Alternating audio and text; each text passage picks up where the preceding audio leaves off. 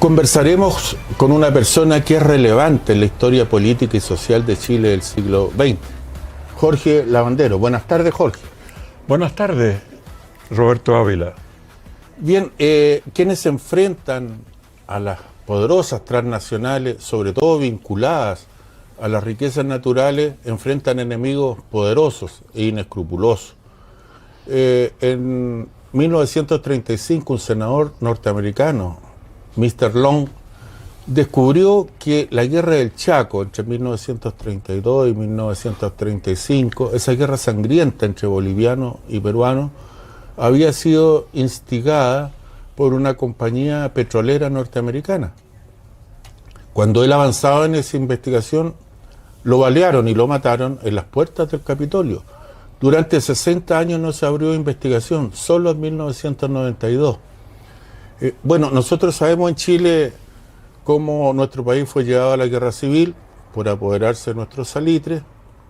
Llevaron a la muerte al presidente Balmaceda.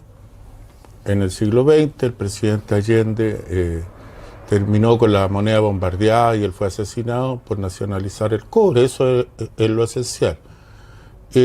Jorge Lavandero ha llevado una lucha histórica por nuestras riquezas naturales, básicamente el cobre y nuestra riqueza minera. Y yo me atrevería a decir que Jorge fue el presidente que debió ser y que no fue, como Benjamín Vicuña Maquena en el siglo XIX, que del hijo era quien debía haber sido presidente de la República. Y Jorge lo mismo en el siglo XX, porque Jorge no solo peleó por nuestras riquezas naturales, sino que además peleó en primera fila contra la dictadura militar, con el único diario opositor, el valiente diario opositor, Fortín Mapocho, que tuvo ese título histórico. Luego el plebiscito corrió solo y llegó segundo. Jorge, para partir, porque lo queremos escuchar a usted, ¿no? A mí, ¿cuándo parte siendo diputado usted? Pero mira, antes de eso, recordando las palabras que estabas señalando, metes tú sobre las petroleras, todos los crímenes que cometieron las petroleras. Pues bien, esa compañía, la Exxon, que se la había traspasado Pinochet, durante 20 años nunca pagó un peso, nunca. Se llevó más de 5 millones de toneladas de cobre equivalente y no pagó nunca un impuesto. Usaba unos sistemas, metes tú, para no pagar. Pedía créditos en los paraísos tributarios donde ellos tenían una filial, crédito entonces era mucha plata, de 1.500 millones de dólares, y en 3 años iba pagando de 500 millones y enseguida eso lo cargaba a costos y no pagaba impuestos. Pagaba solo impuestos por el interés, que era un 4%. Y a mí me tocó perseguirlo y complicarle la vida. Y por cierto, me hizo un enemigo muy poderoso, junto a él, con todas las transnacionales del cobre. La pelea sobre la minera El Indio terminó también de una manera muy curiosa y muy interesante, porque al final la Exxon ofreció devolver la minera del Indio a la Enami, que era la antigua dueña, con una retroventa, y se la ofreció en 1.200 millones de dólares. Por cierto, era plata.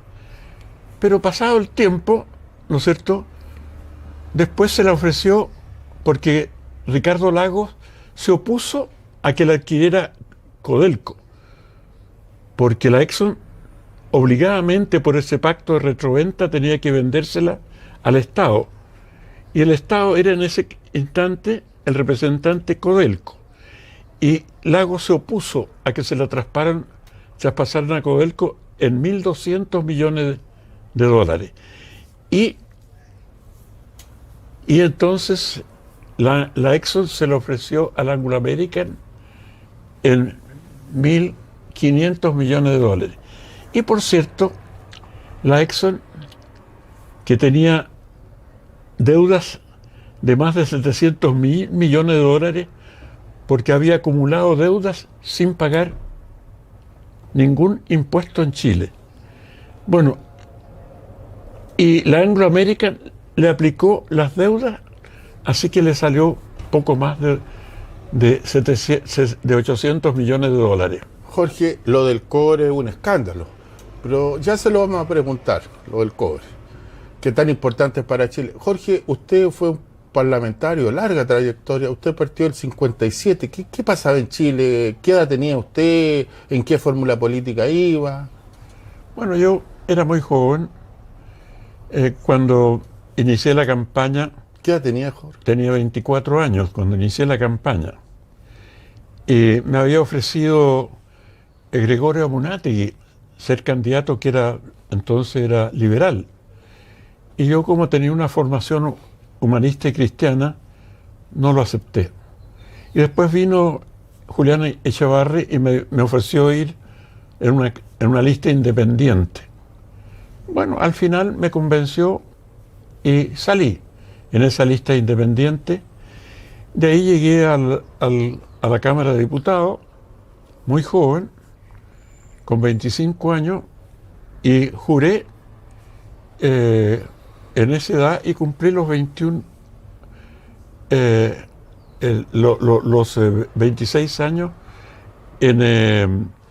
cuando ya había jurado como diputado. Jorge, y ahí, Jorge, al año siguiente que usted gana la diputación, hay presidenciales. ¿A quién apoyó usted ahí? Bueno, yo El 58. no apoyé entonces a Alessandri, sino que, perdón, no apoyé yo a Ibáñez. Mi padre era ibañista y era senador. Ibáñez era presidente del Movimiento Nacional Ibañista. Pero le pregunto por el 58, cuando usted ya era diputado. Sí. Acuérdese que Ibáñez va del 52 al 58. Claro. El 58, cuando gana Alessandri, ¿a quién apoyó usted? Ahí yo no voté. No quise votar porque habría tenido que votar. Bueno, en esa ocasión también iba Allende. Sí, segunda campaña ayer. Claro, yo voté por Allende. En esa ocasión yo voté por Allende. Y después, ¿no es cierto?, a poco andar de ingresar a la Cámara de Diputados, yo ingresé al Padena. Formamos el Padero y fui jefe de los diputados, de los 12 diputados del Padena, que estaba en el FRAP. Y ahí me tocó ser presidente de la Juventud Allendista, eso poco conocido, pero por ahí tengo la fotografía. Era muy amigo yo con Salvador Allende. Desde luego teníamos un intercambio porque ambos nos gustaba el deporte. Entonces yo en la Cámara de Diputados formé la comisión para el deporte, que me tocó presidir entre los diputados y los senadores. Y ahí estuvo Salvador Allende, en la comisión que yo era presidente. Jorge, ¿y cómo era Allende? Allende era un tipo muy entretenido. Mira, muy entretenido e inspirador, porque era ardoroso, vehemente, pero también era afectuoso con la gente. Es decir, no era un tipo, como han dicho, que se comían los niños crudos. Eso es una mentira. Allende era un demócrata de verdad, pero un demócrata de verdad que siente el calor de las inmensas mayorías que entonces eran mayorías populares. Estaban los ricos y estaban la clase media formada por los profesores y el resto era la gente de trabajadores, gente muy modesta. Así llegamos al gobierno también de Eduardo Frei Montalva, y ahí se hizo, ¿no es cierto?, la reforma agraria. 80 hectáreas de riego de Maipú, ¿no es cierto? Y también se hizo la promoción popular donde estaban metidos ahí las organizaciones sociales, las juntas de vecinos que se crearon por primera vez, los clubes deportivos, todo el aparato social, los sindicatos que estaban, dependiendo dónde estaban en alguna comuna. ¿Y en el campo se hizo algo? Y en el campo, bueno, se hizo la reforma agraria, se organizaron los sindicatos campesinos, que fue para la gente de terratenientes. La derecha, estos demócratas cristianos traidores, dicen hasta el día de hoy. Terrible, fue algo terrible.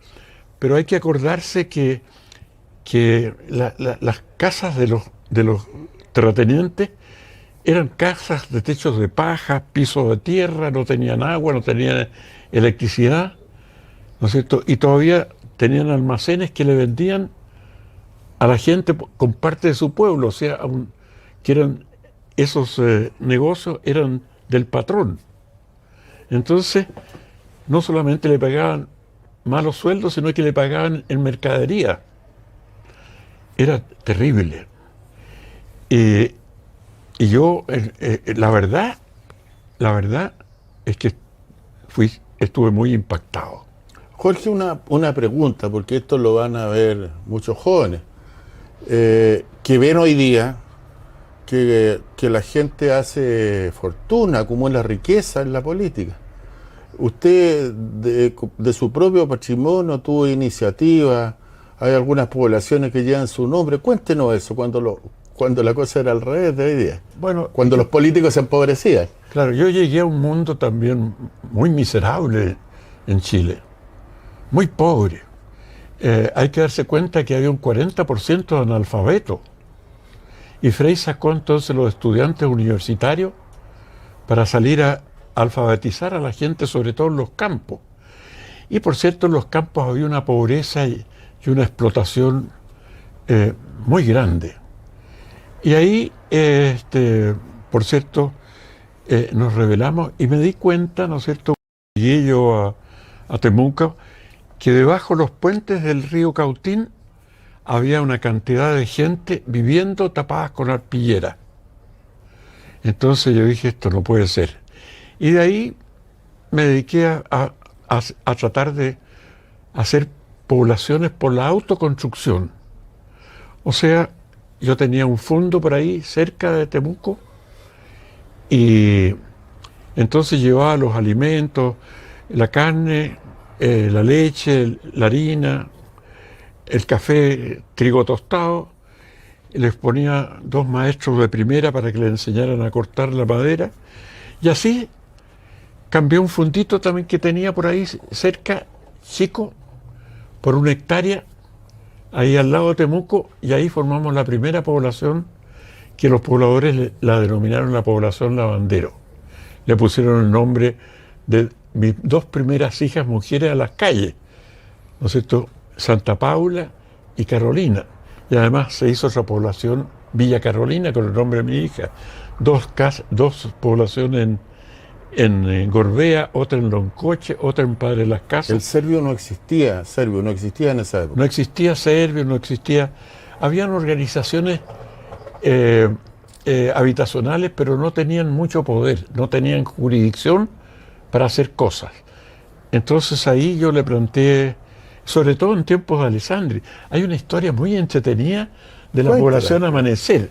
Fíjate que yo había adquirido, porque yo había formado una fortuna antes de ser diputado.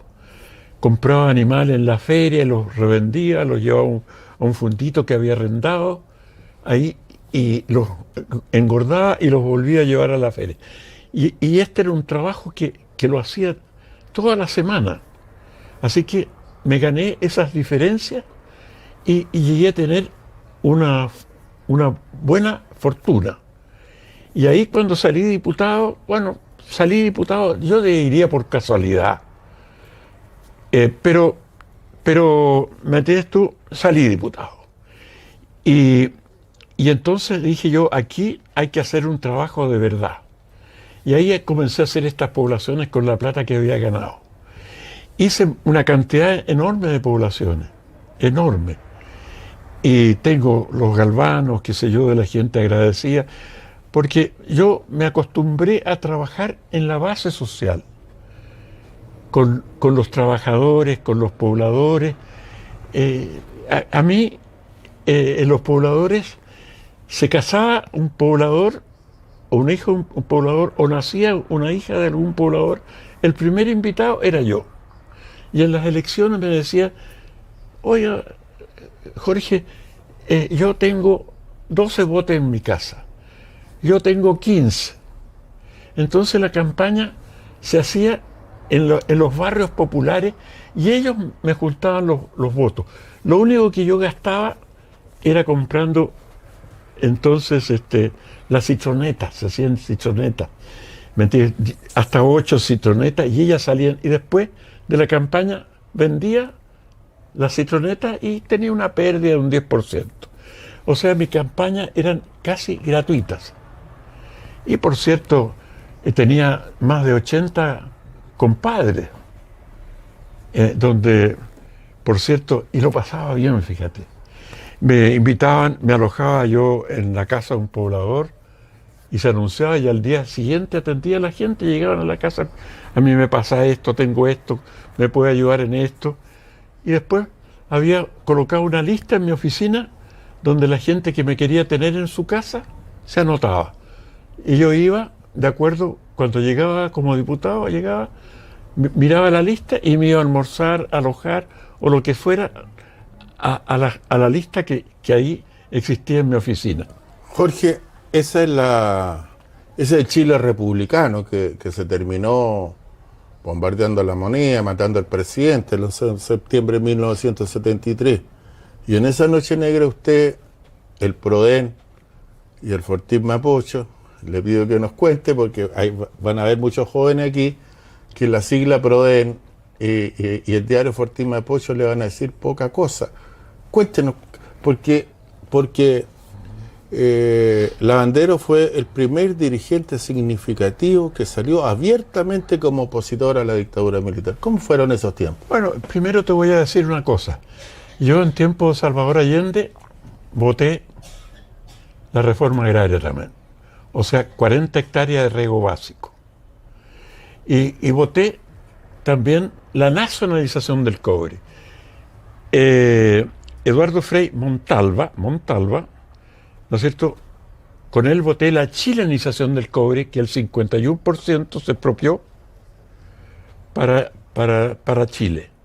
Y con Salvador Allende ocupó un resorte de las Naciones Unidas, aprobado, ¿no es cierto?, el 46, que decía que los pueblos tienen el derecho a nacionalizar sus recursos naturales para su propio desarrollo. Jorge, disculpe, usted mencionó a Eduardo Frei Montalva, que es un personaje histórico, que es distinto a su hijo Eduardo Frei. Muy distinto, por eso repetí el segundo apellido. Montalva. ¿Cómo era Eduardo Frei Montalva? Bueno, era un tipo muy inteligente, pero muy inteligente y también ardoroso. No sé por qué nos citaba a la presidencia del Senado, y yo era jefe de los senadores demócratas cristianos, y nos hablaba en contra de Allende. Bueno, yo era amigo de Allende, entonces no me gustaba la cuestión ahí. Y entonces, bueno, lo escuchaba nomás, pero ya en la segunda parte de su gobierno, la democracia cristiana comenzó a perder, ¿no es cierto?, sus valores. Se corrompió no solamente materialmente, sino que ideológicamente. Y ya no era la democracia cristiana que se fundó, que tenía la base social, ¿no es cierto?, en el pueblo. Después se cambió, metió todo el poder hacia la cúpula, y de la cúpula se mandaban las órdenes hacia abajo. Antes se mandaban las órdenes desde abajo hacia arriba, y la cúpula tenía que cumplir lo que ordenaba la base. Lo mismo que hacían los socialistas, lo mismo que hacían los comunistas. Pero ahí se comenzó a corromper ideológicamente la democracia cristiana. Bueno, yo, Eduardo Frei, lo estimaba mucho, lo soportaba porque era muy amigo de él y por lo que había hecho, hizo grandes cosas. para la época también, porque era una época casi feudal. Entonces ya cuando llegó Salvador Allende la cosa era más fácil. Pero Salvador Allende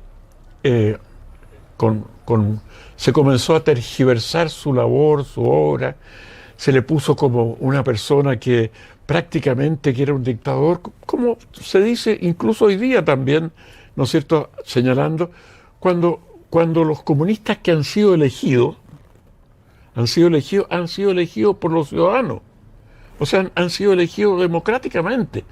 Yo no soy comunista ni soy marxista, pero soy respetuoso de la democracia. Y si el pueblo elige a un comunista, para mí es respetable. Bueno, pero hay una cosa muy interesante que me gustaría conversarla contigo. Yo te quisiera decir que tal vez lo más grande que yo he hecho como diputado fue, ¿me entiendes tú?, cambiar dos cosas en su momento, cuando estaba en el FRAP, ¿no es cierto? Creé la organización, ¿me entiendes tú?, reuní a todos los comités de la Cámara de Diputados y les planteé que había que censurar al presidente. Y entonces, bueno, los Enrique Froden de Concepción, que eran radicales, me dijeron, sí, Jorge, pero hay que engordarla. Entonces acordamos que 2 temas por cada comité que habíamos formado esta censura. Era una alianza democrática que habíamos formado. Entonces yo llevé la cédula única. Y por cierto, la cédula única y la derogación de la ley maldita, porque estaba en el FRAP. Y me lo pidieron, ¿me entiendes tú?, el pueblo que estaba en la clandestinidad desde el tiempo de Videla. Una vez Mario Palestro me comentó eso del bloque de saneamiento democrático. Exacto. Ese fue el bloque de saneamiento democrático que yo organicé. ¿Me entiendes tú? Y ahí estaba, era amigo yo de Palestro también. Yo era amigo en general de todo, pero particularmente de la gente de izquierda. Entonces yo llevé esos 2 temas. Otros llevaron otros temas. Entonces, a través de los que tenían contacto con Ibáñez, le dio esta iniciativa, ¿no es cierto?, al Parlamento, y se aprobaron. Ahí se derogó la exclusión del Partido Comunista. Ahí se terminó la exclusión del Partido Comunista. Jorge, disculpe. Y yo te voy a decir, para terminar el punto, la derecha en la Cámara eran 34 diputados y con la cédula única bajaron a 12. Oh. Después se inventaron otras cosas en el CERVEL, financiar las empresas a la derecha, qué sé yo. Jorge, bueno. pero volvamos a la noche negra de la dictadura. ¿Cómo parte usted como opositor público? ¿Qué hace frente a ese enemigo poderosísimo que era la dictadura? Claro. Que mataba, exiliaba, encarcelaba. Claro, yo vivía en La Rayán, y frente a La Rayán, la gente de la CIA, en una casa, encerró a gente de izquierda ahí. De la DINA, perdón. ¿Ah? Gente de la DINA o de la CNI. Era de los servicios de seguridad de la dictadura. Sí. Y de ahí los encerraron, incendiaron la casa y los quemaron a todos. Y dije, esto no puede ser. Y cosa curiosa, ahí me paré frente a un espejo, me dije, Jorge, hay que luchar. Me convencí a mí mismo delante del espejo. Hay que luchar contra esta dictadura. Y de ahí poco a poco fui formando la oposición a Pinochet. Primero con Frei Montalva, una reunión en el Caupolicán, donde nos opusimos a la Constitución del 80, con 2 elementos que fueron esenciales para la derrota de la dictadura, como tú lo has señalado, el Proyecto de Desarrollo Nacional, PRODEN, que organizó todas las protestas, las citamos públicamente, con conferencia de prensa, y entregamos los instructivos para protestar. Cuéntenos de la mítica manifestación de General Velázquez, Jorge? Bueno, hicimos todas las Estamos protestas. hablando de 1984. Sí, antes de eso, un poquito antes de eso, estamos hablando de las protestas. Y hicimos, ¿no es cierto?, organizamos cada una de las, y cada vez las protestas eran mayores, hasta que finalmente determinamos citar a la primera conferencia pública en medio de la dictadura. Y bueno, Patricio Wellborn suponía que no iba a ir nadie y me mandó una orden con Jaime Castillo para que la suspendiera. Yo le dije, no, Patricio Wellborn, yo soy demócrata cristiano, pero los que están debajo de mí en el PRODEN no lo son. Y yo no le voy a dar una orden tuya a quienes no son demócratas cristianos. Así que la concentración de General Velázquez va. Y fue, ¿no es cierto? Y fue tanta gente, fueron más de 120.000 personas. Y se llamó también la concentración de los caminantes, porque venían por los caminos y esos caminantes citaban a las poblaciones por donde pasaban. Disculpa, yo era muy joven y estuve ahí. Y me acuerdo que nosotros pensamos que iba a ir muy poca gente porque era la primera concentración autorizada por la dictadura militar. Y decir, manifestar que uno era opositor traía los peores problemas. Y fue con un par de compañeros, amigos, y cuando vimos que de todas partes, desde el metro, en las micros, empezaba a llegar gente. Y empezamos a buscar el escenario, y cuando encontramos el escenario, era un camión papero, que tenía un parlante. Ahí está doña Fabiola Letelier, me acuerdo, gran luchadora por los derechos humanos, Jorge naturalmente, y habían varias personas, y había uno que después fue ministro de la Concertación, no lo voy a nombrar porque esto no es personal, queremos graficar historia, pero que luchaba por subirse al camión, al escenario. Entonces yo decía, pero ¿por qué reclama tanto que lo suba? Y uno me dice, pero no te das cuenta que la dictadura va a caer tarde o temprano y el futuro gobierno está ahí. Eso va a ser el gobierno. Por eso el otro quería estar ahí. Bueno, lamentablemente los que estaban ahí no constituyeron el gobierno, pero esa fue una gran demostración contra la dictadura. Y el Fortín Mapocho, Jorge. Sí, bueno, a raíz de esa concentración, los políticos que entonces estaban escondidos en su... Solo existía la lucha clandestina. Nada más, que era importante, muy importante, pero era esporádica y nosotros decidimos no, hacerla pública y enfrentarnos cara a cara con el dictador. Por eso creamos el PRODEN, que se enfrentó a la dictadura con ¿no es cierto?, un precio tremendo que tuvimos que pagar, tremendo. Y ustedes le hicieron un atentado para matarlo. Sí, pero eso fue, ¿no es cierto?, porque a esa concentración de General Velázquez fue Pinto Uribe. ¿Quién era Pinto Uribe? Era un dirigente mutual de La Vega, que había defendido su club deportivo de un cura Lizana. El Fortín Mapocho, el club deportivo de La Vega, había ganado el ascenso a Primera División. Y este cura Lizana era el presidente de Liberia. Entonces le quitó por secretaría el ascenso al Fortín Mapocho de La Vega. Y los veganos crearon este diario para defender a su club deportivo, el Fortín Mapocho. Y en la concentración de General Velázquez partió Pincho Uribe y se acercó y me dijo, don Jorge, yo le vendo barato el diario Fortín Mapocho para que se defienda de la dictadura de Pinochet. Bueno, y Pinochet había colocado una traba para los diarios nuevos, pero el Fortín Mapocho había sido fundado el 46. Jorge, disculpa que vuelva.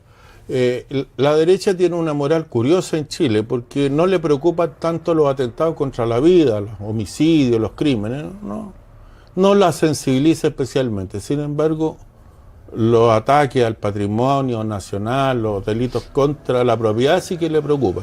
Y fue determinante el inicio desde el desmoronamiento de la imagen de Pinochet, lo que hicieron ustedes cuando hicieron públicos los documentos de la casa del melocotón, y eso le trajo como consecuencia indudablemente el atentado. Cuéntenos de eso, Jorge.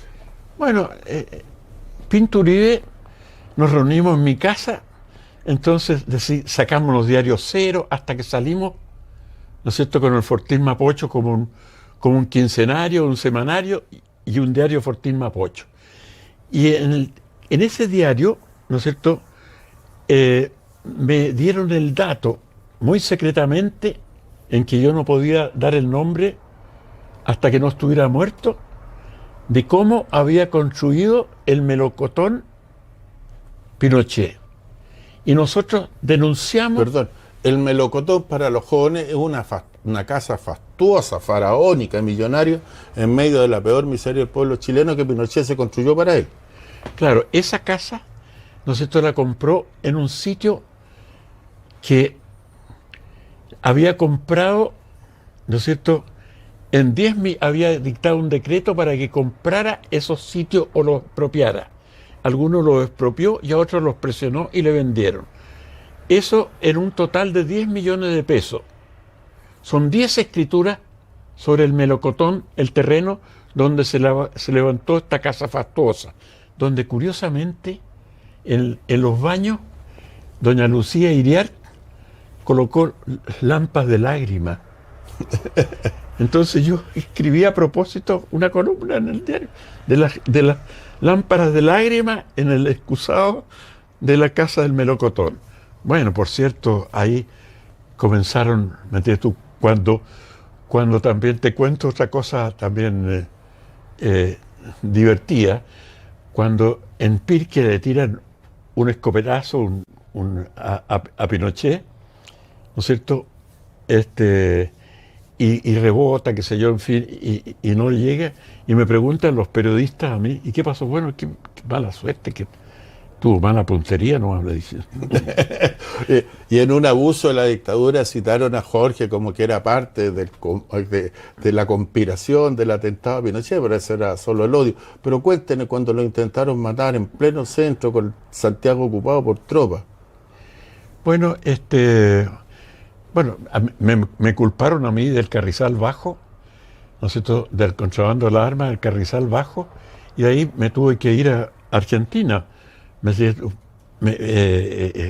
porque me fueron a matar a mi casa. Y llegaron a mi casa, mataron mi perro, se encaramaron por arriba, y yo había salido, gracias a Fernando Luengo, que estaba en el Proden, me dijo, mira, ¿qué te vaya a ir en la noche a Argentina para dar una conferencia de prensa ya por la RAI para Europa? Ándate al mediodía, y me convenció.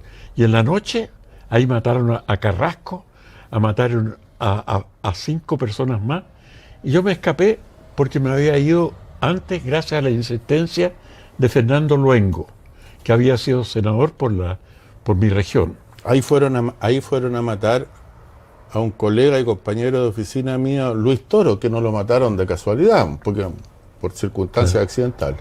Pero ahí mataron a Carrasco. Sí. Entonces, Urrázaga, claro, Abraham Mustaví. Entonces yo en realidad tuve suerte, también he tenido suerte. La verdad es que escapé con vida en varias partes. Y cuando en realidad mi oposición era Pero Jorge, usted lo golpearon y lo tuvieron meses en la clínica Indisa y todo eso. Claro, ahí, ¿no es cierto?, yo llevaba las escrituras del melocotón, las 10 escrituras. Llevaba unas copias. Las otras las había entregado al embajador de España, que era muy amigo mío y había sido un tipo revolucionario, y también la había dejado en una notaría guardada, el original. Entonces me comienzan a seguir y me doy cuenta en un auto verde con 5 personas adentro, da vuelta para allá y me seguía, y le iba a dejar eso por cierto, al director que tenía yo, a Jorge Donoso, director del Fortín Mapocho, las 10 escrituras, y a Felipe, ¿no es cierto?, de entonces, que estaba en la época, le fue a dejar las escrituras. Y lo llamo por teléfono, y nunca me imaginé que me iban a pinchar el teléfono, y ahí me comenzaron a seguir. Y cuando llego por Diego de Almagro a una iglesia, y me para una luz roja, y se me cruza un auto por delante, una encerrona, y otro por detrás. Yo dije, aquí me van a matar. Y me bajo la puerta, abro la puerta, me bajo, voy a ver a 1 metro, del auto verde con los 5 tipos adentro y ninguno, la mirada derecha así, ninguno ni movió una ceja. Entonces me doy vuelta, me voy dirigiendo al auto, cuando de repente miro de reojo y un tipo con un laque de fierro me va golpeando la casa. Y ahí me paralizó la mitad del cuerpo, me caí al suelo y con una mano me metí bajo el auto, ellos empujaron el auto y me golpearon, me dejaron muerto. Y de ahí pasó Enrique Krauss. Y un niño que estaba ahí delante de unos Bosch, en una casa con jardín, tomó el número de la patente y se lo dio a su madre. Y así descubrieron, ¿no es cierto?, quién era el dueño del auto. Jorge, disculpe que lo interrumpa, pero pasemos ahora a mejores, no sé, mejores tiempos, indudablemente, pero que también tienen sus partes grises y oscuras.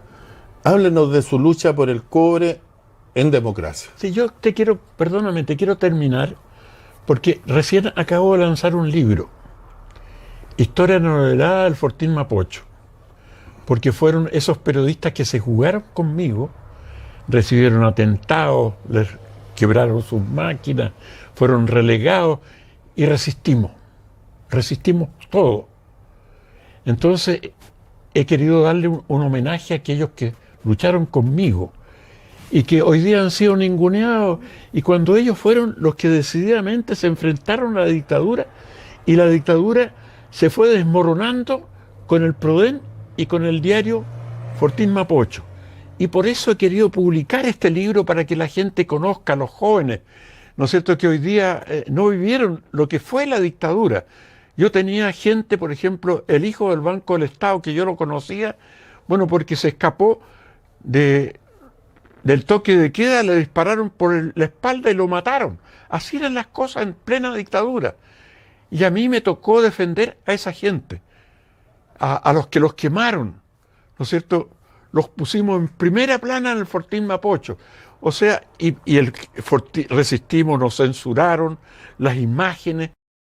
Fue toda una lucha colosal que hicimos para hacer sobrevivir el diario Fortín Mapocho frente a la dictadura, hasta que finalmente logramos que le perdieran el miedo al dictador y se fuera desmoronando, y ahí surgieron los que no se atrevían, aparecieron los políticos entonces para disputarse el poder. Pero la lucha fue del pueblo de Chile.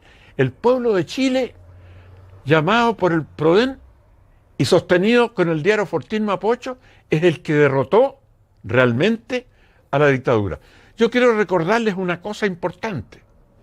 Por ejemplo, el único gesto que hicieron algunos políticos, clandestinamente, sí, porque no se atrevían, el grupo Los 24, que creó una nueva constitución para sustituir la constitución del 80 de la dictadura. Y cuando ellos llegaron al poder, se olvidaron de esta constitución que habían elaborado. Y esa constitución es inédita, pero existe. Una constitución que reemplazaba, ¿no es cierto?, a la constitución de la dictadura.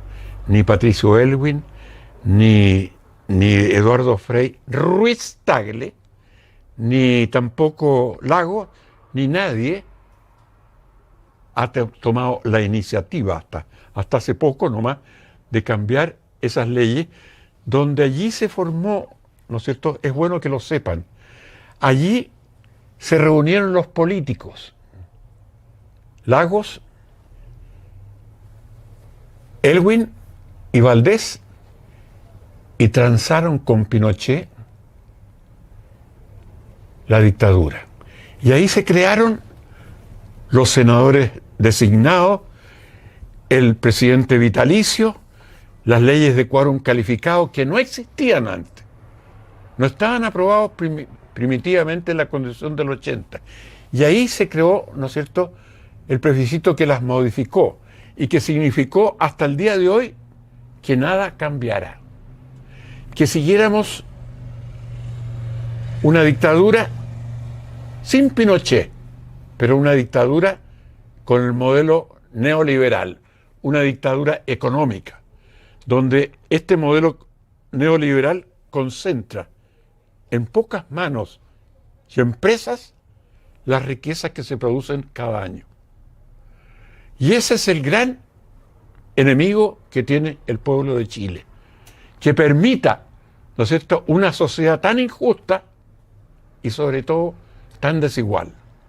Yo escribí un libro en 1995, Chile, crecimiento sin equidad, donde el 20% más rico tenía el 40% de la producción anual. Y esto lo definí claramente en ese libro. Y profeticé, que si no se corregía, esto iba a aumentar. Iba a aumentar la injusticia social, iba a aumentar la desigualdad. ¿Y saben ustedes cuánto es la distribución de los ingresos en Chile y de la riqueza? Porque no se corrigió. El 20% más rico hoy día ya no se lleva el 40%, se lleva el 80%. Entonces la tajada que le queda a cada chileno es tan fina que no le alcanza apenas para llegar a fin de mes. Y por eso la injusta previsión de la AFP, las colas en la salud, la educación pública, peor que la educación privada, pero es gratuita casi. En cambio, la educación, el que tiene plata, bueno, tiene buena educación, y el que tiene plata tiene una buena salud. O sea, se llevó a esta sociedad, a una sociedad, una de las más desiguales del mundo. Fíjense, para terminar este punto, estimado Roberto, que hay 7 países que están en el último escalón de la más injusta distribución del mundo. 6 países son sudafricanos, que recién salen de África, 100 salen de colonia a república. Y estos 6 países, con el 7º que es Chile, están en el último escalón de la más injusta distribución de las riquezas del mundo, anuales. Y es por eso que me ha tocado luchar a mí con todo el alma, pero me he enfrentado a enemigos muy poderosos. Nunca me imaginé que iban a ser tan poderosas. Fue David contra Goliat, donde aquí no ganó David, sino que perdió David contra las grandes transnacionales mineras y, por cierto, los grandes grupos económicos que dominan a nuestro pueblo enteramente. Cerremos esta conversación dándole continuidad a sus palabras, Jorge, diciendo que somos soldados derrotados de una causa invencible. Así que, porque esta conversación evidentemente pide otra. Por lo tanto, dejémosla hasta aquí. Gracias, Jorge, que nos ha recibido en su casa. Muchas gracias, y ojalá la gente pueda entender estas palabras, porque somos un país rico, inmensamente rico. Somos más ricos que varios países petroleros juntos, pero nuestros recursos naturales, que son colosales, se los llevan dejando una miseria y sin darle ningún valor agregado. Algún día volveremos sobre este tema. Yo he escrito 21 libros y 5 son sobre el cobre, que es una riqueza colosal, única en el mundo entero. Además del litio y de la pesca.